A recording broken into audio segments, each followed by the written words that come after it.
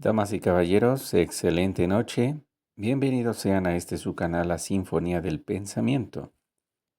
Su servidor y amigo, Iskander Kosonov Afkar, les da la más cordial bienvenida. El día de hoy, damas y caballeros, tengo el gusto, el agrado de presentar un libro verdaderamente fenomenal. Magia y poder oculto de los dientes. Magia y poder oculto de los dientes. O lo que sería igual, odontología sagrada y mística. Este texto se debe al autor ítalo-mexicano Gutiérrez Tibón. Gutiérrez Tibón nació en Milán, Italia, en 1905 y murió para el mundo físico en 1999 en Cuernavaca, México. Se trata de un erudito de primera línea, de primer orden, antropólogo, lingüista, psicólogo, filósofo, etnólogo, sociólogo, etc.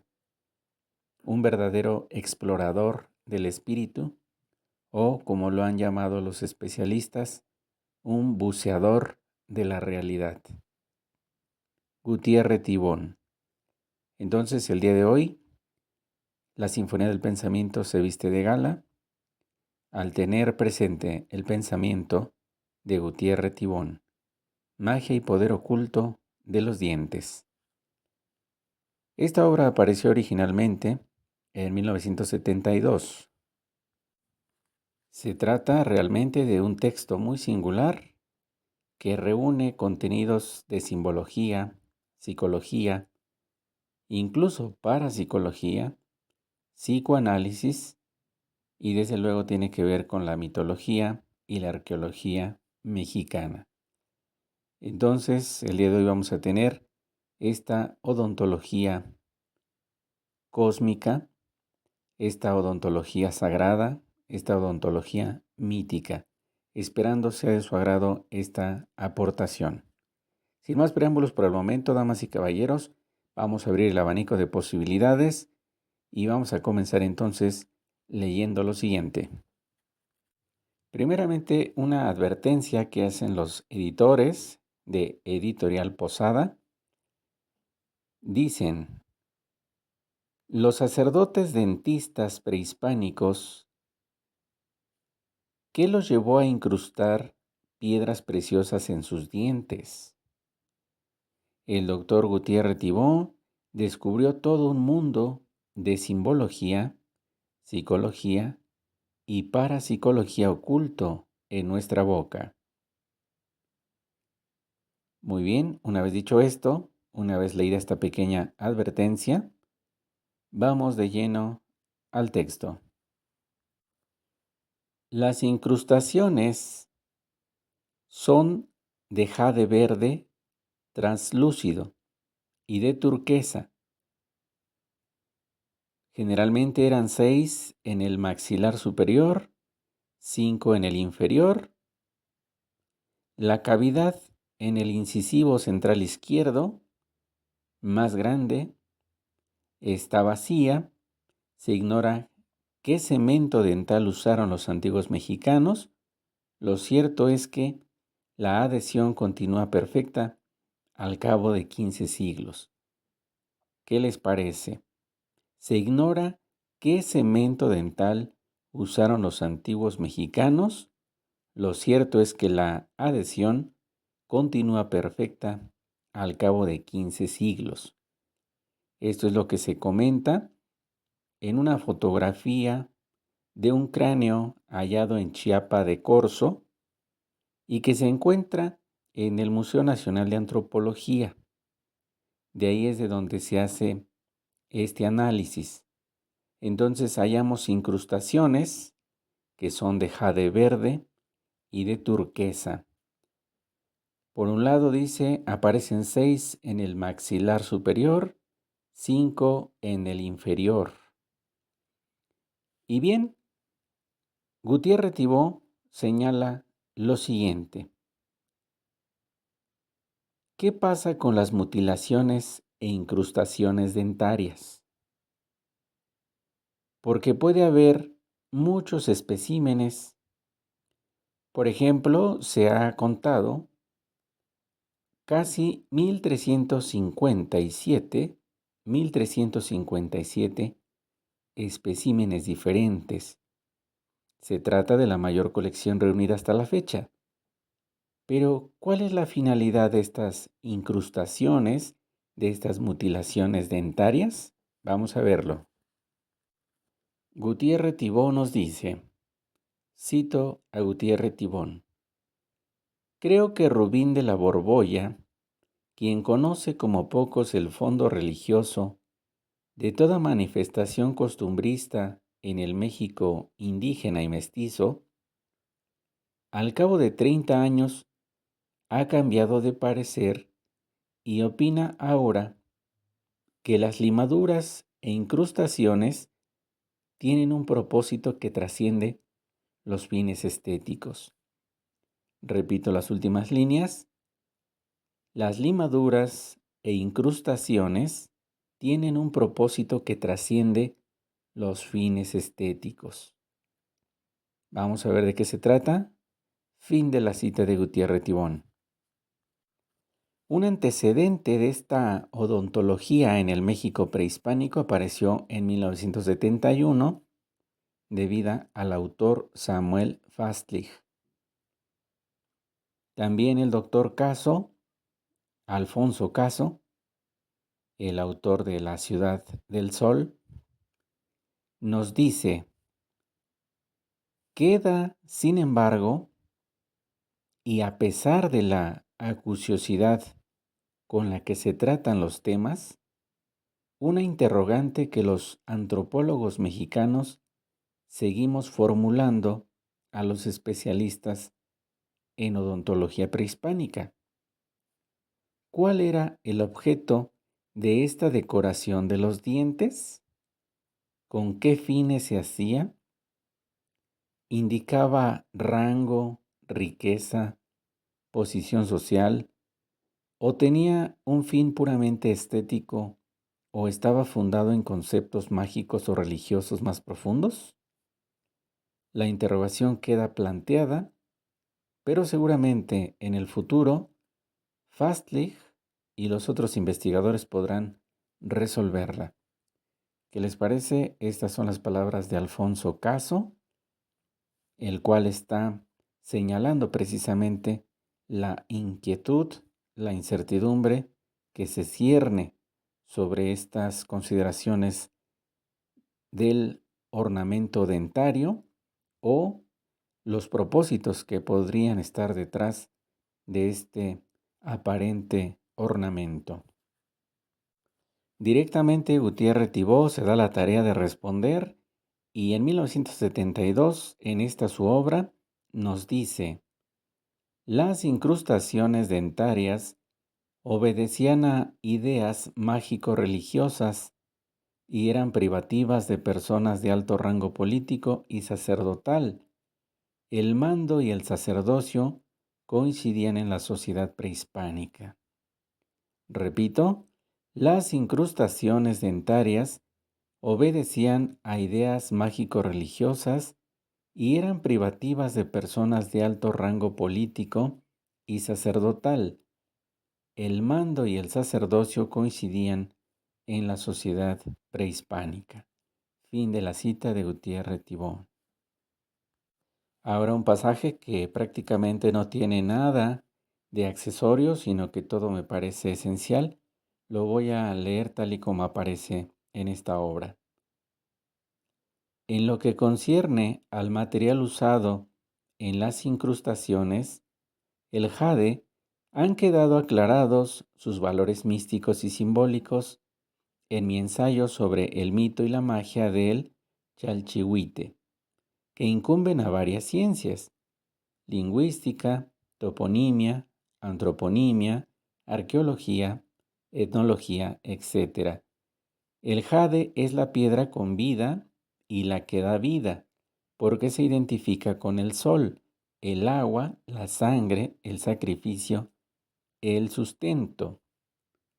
Ninguna otra sustancia tiene su sacralidad. ninguna otorga una protección más cabal, de más amplio espectro, como se diría en el lenguaje médico. Ciertas incrustaciones son de turquesa, piedra también sagrada por su color y equiparada a los chalchihuites.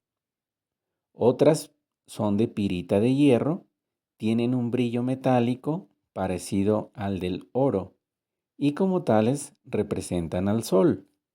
Otras por fin de hematita. Simbolizan el sacrificio al igual que el jade. Es con toda evidencia el nombre náhuatl de la hematita, estetl. A juzgar por la exacta descripción que de la piedra de sangre nos dejó Sahagún. ¿Qué les parece, damas y caballeros? Estamos leyendo Magia y poder oculto de los dientes del autor Gutiérrez Tibón, un texto aparecido por primera vez en 1972. Por lo tanto, se trata de valores simbólicos y mágicos del diente. Hay una ecuación entre el diente y el jade y símbolos de alto poder. Símbolos de alto poder. Y ahora Gutiérrez Tibón, haciendo un recuento histórico de lo que representan los dientes, nos dice en Raíces de la Sacralidad del Diente. Raíces de la sacralidad del diente. Los colmillos son, con las garras, las armas de ataque de los mamíferos carniceros. El protohombre se volvió cazador al prescindir de la dentellada directa, en favor de armas artificiales, huesos y bastones.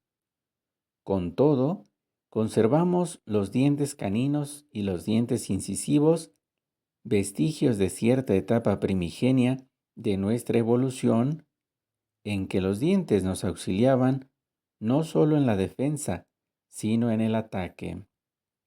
El significativo que defenderse con las uñas y los dientes sea frase hecha que se usa todavía, incluso por el más civilizado de las personas, el más civilizado de los hombres, para alardear de lo bien provistos de armas que vamos, nos consideramos todavía armados hasta los dientes. Mostrar los dientes, enseñar los dientes sigue significando que no tememos a nuestro prójimo, que no nos produce miedo su reto, que somos al menos tan fuertes como él. En vísperas del siglo XXI nos equiparamos a los perros o a nuestros lejanos antepasados en actitud amenazadora. En el lenguaje familiar de muchos países se podrán encontrar expresiones parecidas como estas. Por otra parte, collares de dientes humanos, así como de colmillos y garras de animales carniceros, se usan en la prehistoria y se siguen usando entre tribus salvajes. El diente de lobo, por ejemplo, era particularmente estimado por sus virtudes mágicas. En el mundo anglosajón, no solo en Inglaterra, sino también en los Estados Unidos, se llevaba uno en el bolsillo, un diente de lobo, para prevenir el dolor de muelas. Ahora, debido a la dificultad de procurarse dientes de lobo, hay que conformarse con uno de tejón. En Europa, el amuleto correspondiente, que se basa también en la magia homeopática, es el diente de caballo. Una muela sana de un animal poderoso conserva íntegro y saludable el diente humano. El de lobo tenía antaño un uso diferente. Se hacía llevar uno a los niños para que no tuviesen miedo. Con razón, se creía que uno de los atributos de las brujas era el de no tener dentadura humana, sino lobuna. cierta antiquísima práctica de magia negra que los expertos llaman agujón anudado, o sea, la ligadura de una aguja grande en representación física de la víctima, hacía a esta impotente, inerte, inválida. El atado del agujón ya se conocía en el Medio Oriente, así como entre griegos y romanos, tuvo su máximo auge en la Edad Media y en el siglo XVI. Ahora bien, para desatar el agujón y devolver al embrujado sus energías, no había remedio mejor que los dientes de muerto. Los ocultistas los usaban, además, para combatir distintos maleficios. La idea a que obedece su poder protectivo surgirá con claridad en las referencias al diente humano que hay en la Biblia, en el gnosticismo y en el Popol Vuh. Gutiérrez Tibó ahora va a pasar revista en algunas tradiciones, por ejemplo, el diente en la Biblia. Este es uno de sus primeros puntos de contacto. El siguiente dice el diente en el gnosticismo, el castillo interior. Después se acerca a lo que es el diente en la remota prehistoria. Ahí me voy a detener porque quizá este sea un aspecto menos conocido. Dice Gutiérrez Tibó, estamos leyendo su texto, Magia y poder oculto de los dientes, de 1972. El diente en la remota prehistoria. Una simbología parecida a las de la Biblia y los gnósticos se manifiesta en los primordios de la humanidad, es decir, en los orígenes de la humanidad, al menos de la que tenemos nosotros registro.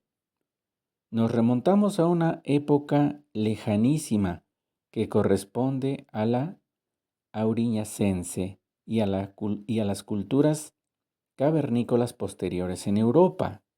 Se trata de una antigüedad de entre 150.000 a 200.000 años. En grutas de la antigua Palestina se han encontrado 5 mandíbulas superiores fosilizadas que pertenecieron a varones, de las cuales se extrajeron en vida 1 o 2 incisivos. Las mutilaciones en estos cráneos corresponden a prácticas ceremoniales que se llevan a cabo todavía en la actualidad entre muchas tribus africanas y del centro de Australia. En los ritos de iniciación de los muchachos llegados a la pubertad, la transición biológica más importante de la vida humana, se les circunda o se les saca con violencia uno de los dientes anteriores. Esta alternativa demuestra que el acto de extraer el diente no tiene el propósito de probar el valor y el estoicismo del joven iniciado que entra en la sociedad de los adultos, sino que se trata de una castración simbólica. Teodoro Reich y César Hahn documentan ampliamente su hipótesis. Por lo demás, añade Hahn, la separación del muchacho puber de su madre se representa con la ablación de una parte de su cuerpo, en este caso de un diente. Los descubrimientos de los antiquísimos cráneos mutilados en Palestina prueban, por una parte, la existencia de un deseo y, por ambivalencia, miedo, de castración en los primeros albores de la civilización. Por otro lado, demuestran la asombrosa uniformidad de ciertos actos simbólicos desde épocas tan arcaicas hasta nuestros días. ¿Qué les parece, damas y caballeros? Ahora, Gutiérrez Tibó presenta el apartado que lleva por título El diente en el Popol Vuh.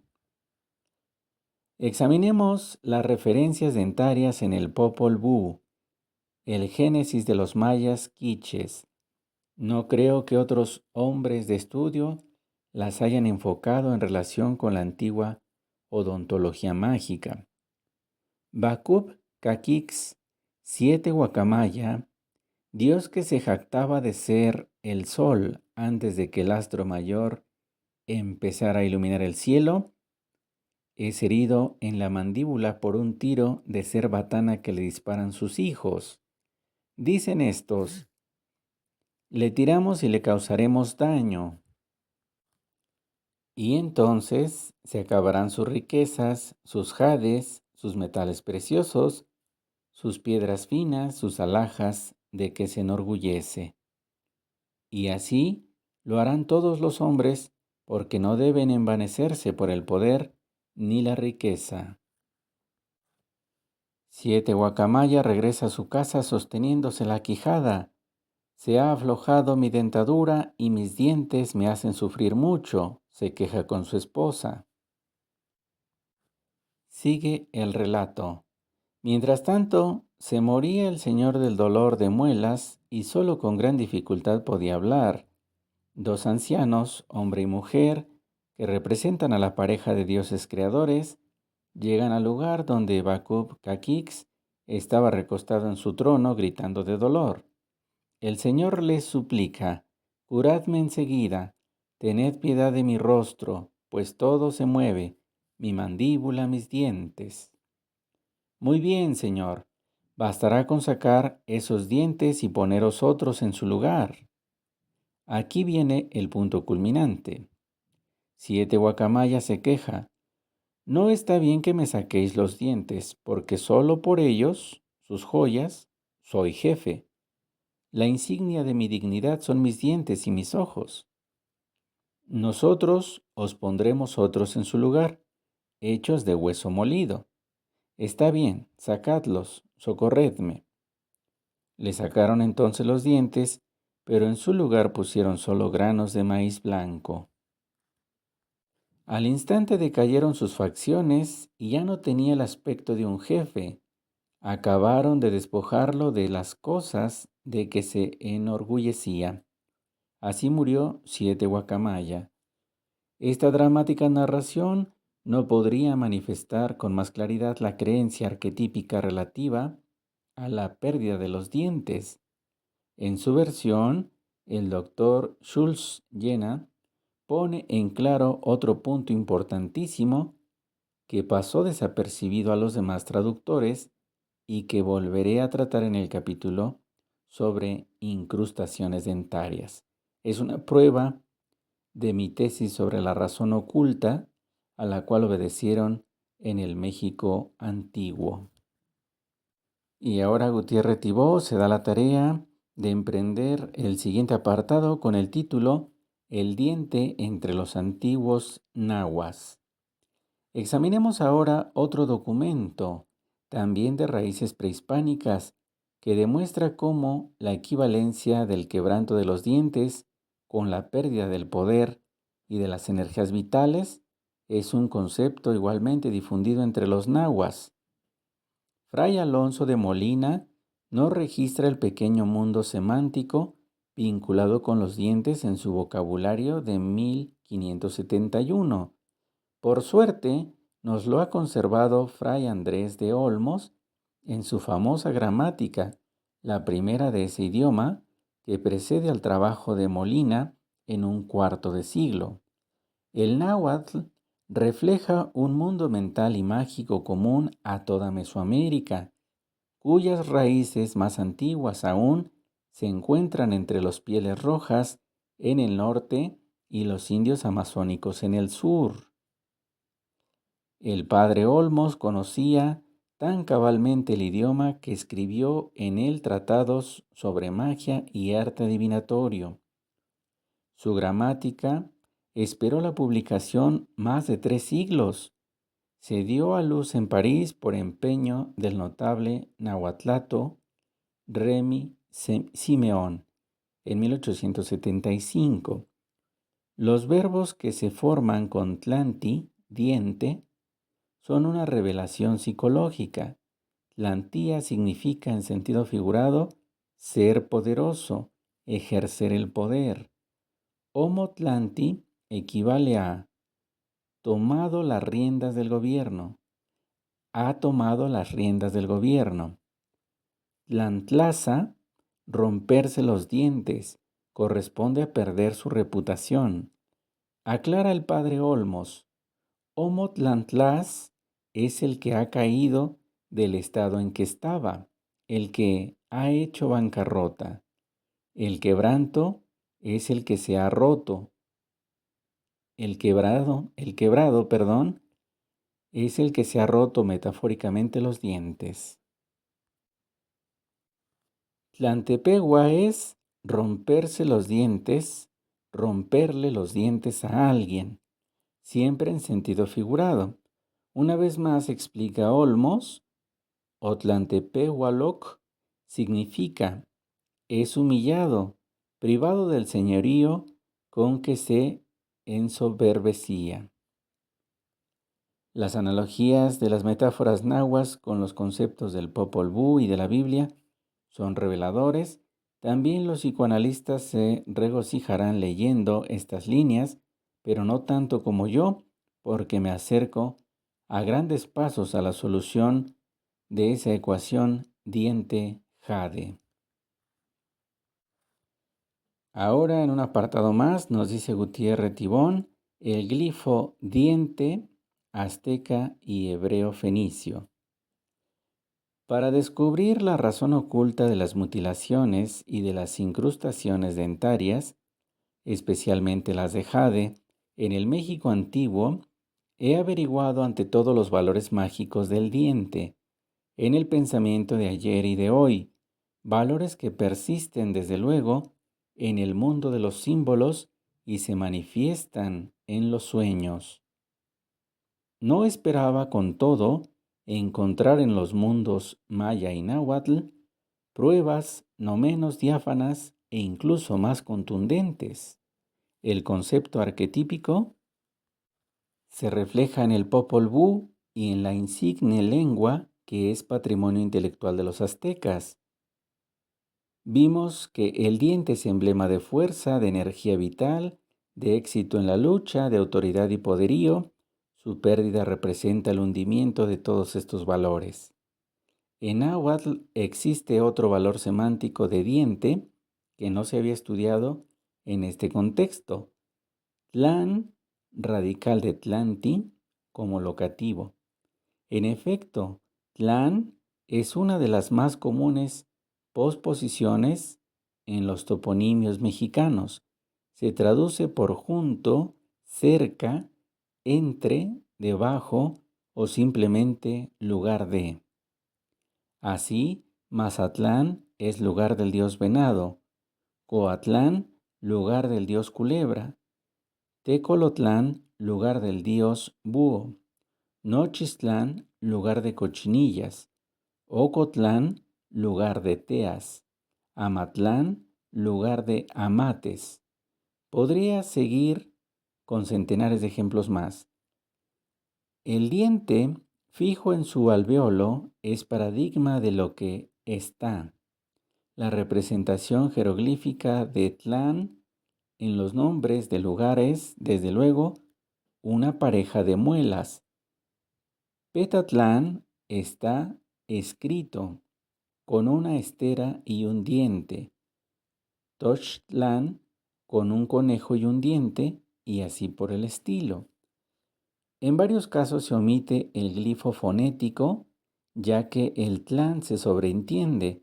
Así se explica que varios intérpretes de manuscritos antiguos hayan leído Xico en el ombligo, la isla hermana de Mexico, entre Tláhuac y Chalco, Xictlán, puesto que el jeroglifo, solo representa un ombligo con su cordón. El diente es, por tanto, uno de los glifos más comunes en la escritura del náhuatl. También lo es en la escritura hebreo-fenicia, o sea, en el alfabeto.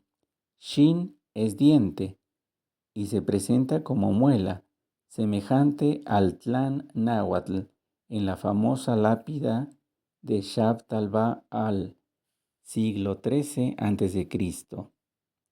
Igual se conserva en la piedra funeraria del rey moabita Mesha, 842 a.C., que se admira en el Museo del Louvre.